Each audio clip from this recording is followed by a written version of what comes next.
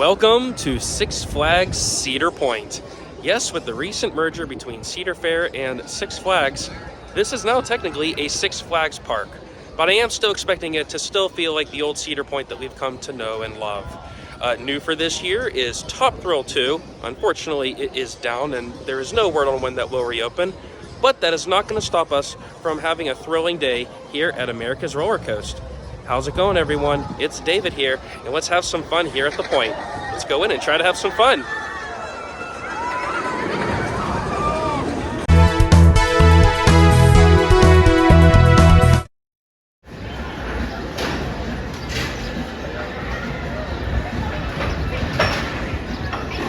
I am loving the new paint scheme on the Sky Ride. It even has the Von Roll logo on the side of it.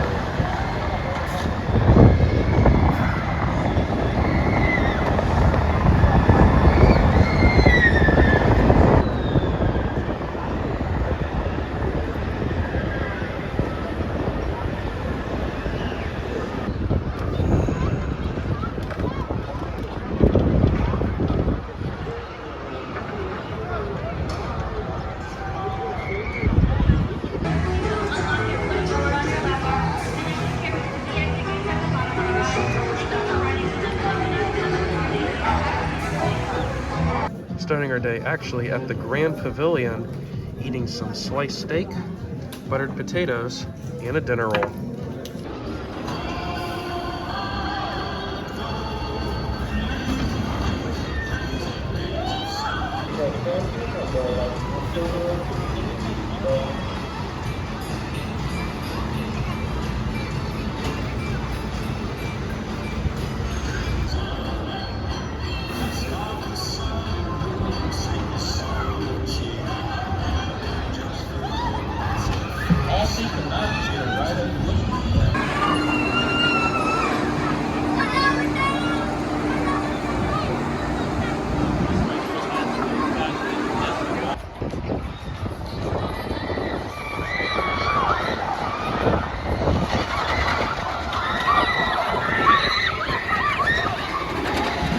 Just had a ride on Gatekeeper, and fun as always. I will say, I did get to ride two other wing coasters earlier this summer. I rode Wild Eagle at Dollywood and Thunderbird at Holiday World, and I think I actually prefer those two. While not as big and fast as this one, those ones were in a much more scenic setting, and I think had a better variety of elements. But Gatekeeper, it's still a solid ride, still smooth, a lot of fun.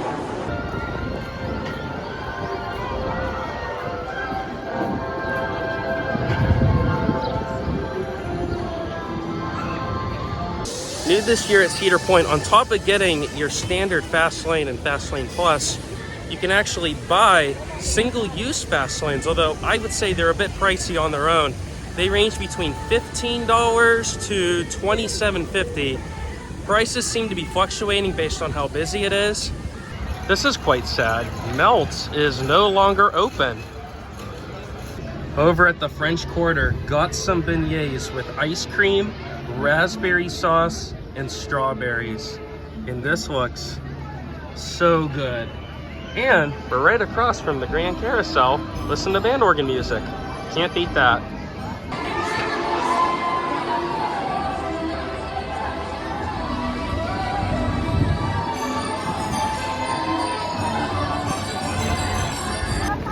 Walking into the park, already Top Thrill 2 is making a dominating presence. That reverse spike, Wow, that is insane looking.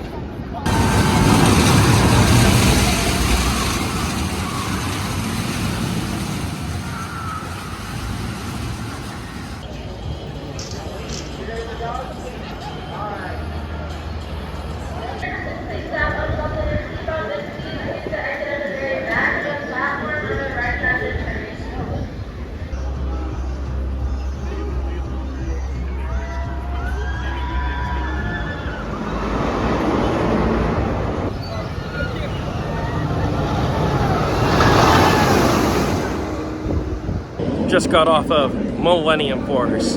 Can't have a trip here to Cedar Point without a ride on the original Giga Coaster, which is currently the tallest and fastest coaster in the park. And while it's not exactly the most forceful coaster, what it does really well is speed, and it does it for a very long period of time. I think the first drop on that is epic, right next to Lake Erie, and you overlook the entire park. And again, it's a nice long ride, great sense of speed, and still definitely one of my favorites here.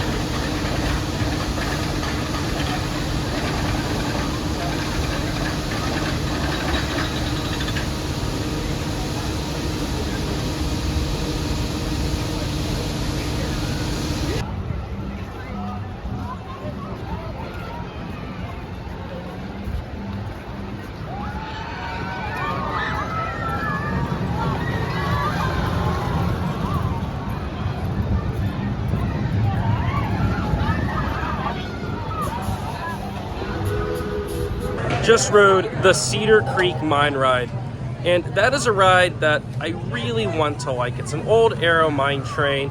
It's quirky, it has its charm. I just wish that the restraints were not too tight on you. It's a pretty uncomfortable experience, especially if you are a taller or larger demographic.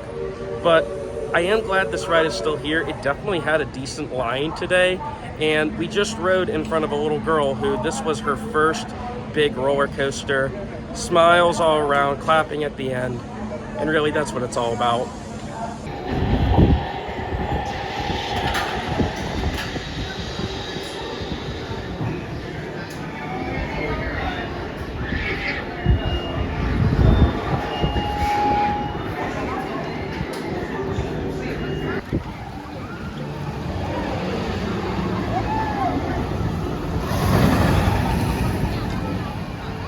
Just had a front row ride on Maverick, and as Cedar Point advertises, the West was never this wild. Totally believe it. Still one of the craziest, most intense roller coasters out there. I absolutely love that. It is non-stop action from beginning to end.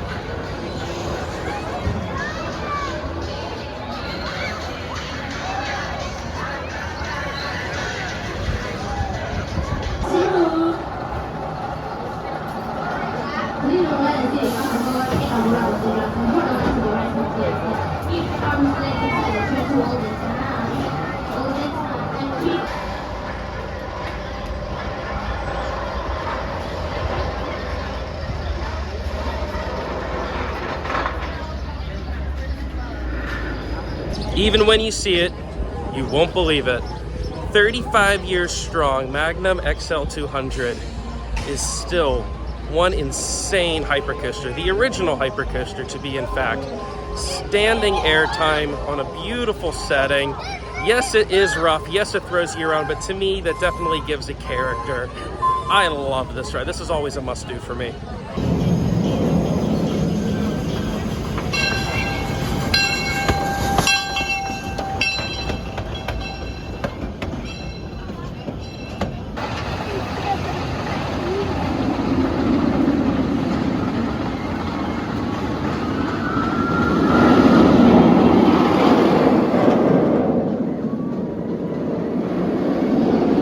Just rode Rougarou, and that was actually halfway decent. I actually didn't bang my head on that like I normally do. In the first half of the ride, some pretty good elements. I actually wanted to ride this because it's a brand new vantage point of this. I mean, when you're riding this now, it feels so dwarfed than it was before. I mean, TT2 is just towering over this. And at the top of the hill, you used to get a really good view of the Cedar Point Midway, but now all you see is that reverse spike of Top Thrill 2.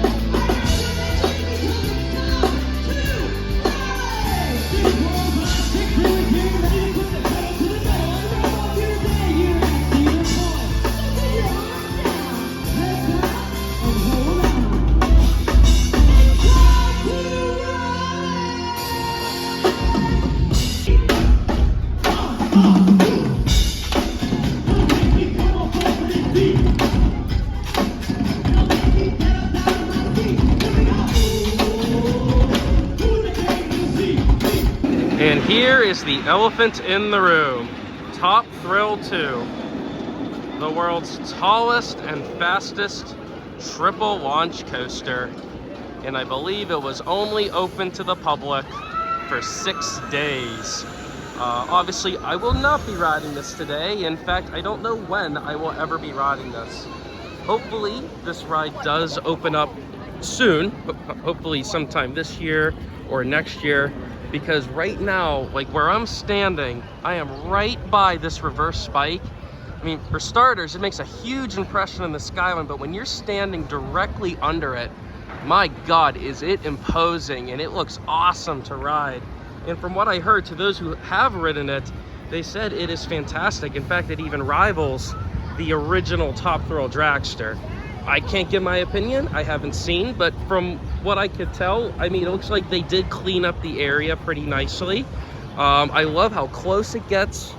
I will say, and I think this, I'm just partial, or I have rose tinted glasses on, but I do prefer the original color scheme. Like, this reminds me of McDonald's. It used to be red and yellow, a lot of fun. Now it's boring and drab, it's white and gray. I would have gone with a different color scheme personally, but then again, it's not in action. Maybe I will grow accustomed to it, or maybe it will change when this ride does open. Again, I really hope this opens up soon. I mean, I'm standing right here at the base of this, and you're gonna have a train rushing right through here at 120 miles an hour, and it's gonna pass through 3 times. I'm excited when, or if, Top Thrill 2 ever opens up again. Right now they have some themed music playing, and all 3 trains are on the transfer track. I mean, hopefully these are promising signs for this to open sometime soon. Whether it be Top Thrill Dragster or Top Thrill 2, it has definitely had its fair share of problems. But you know what ride nearby is still running strong? The Corkscrew.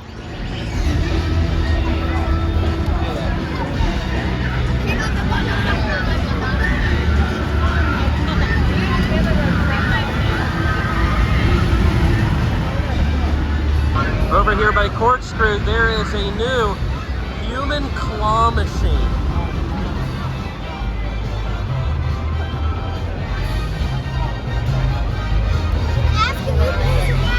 This whole midway is decked out for Top Thrill 2, including Power Tower. It has a brand new logo, and it has a color scheme that not only matches TT2, but also the corkscrew. I think it looks really good. I actually like it better than the old one.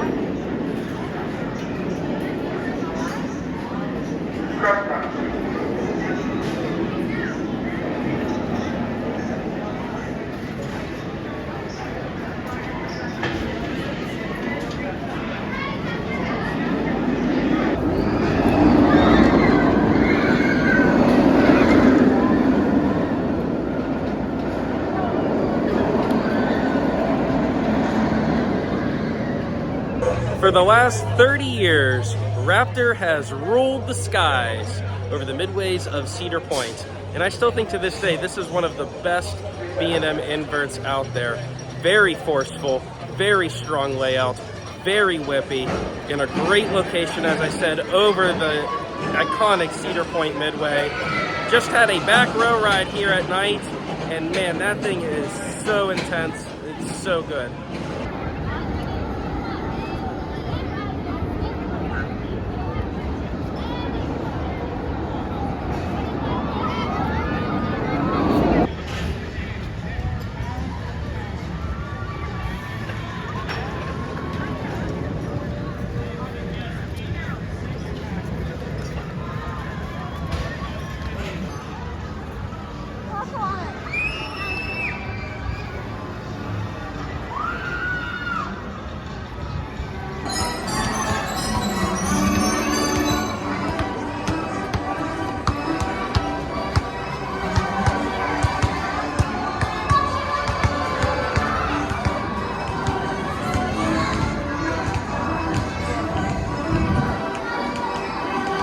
And that's going to do it here from Cedar Point.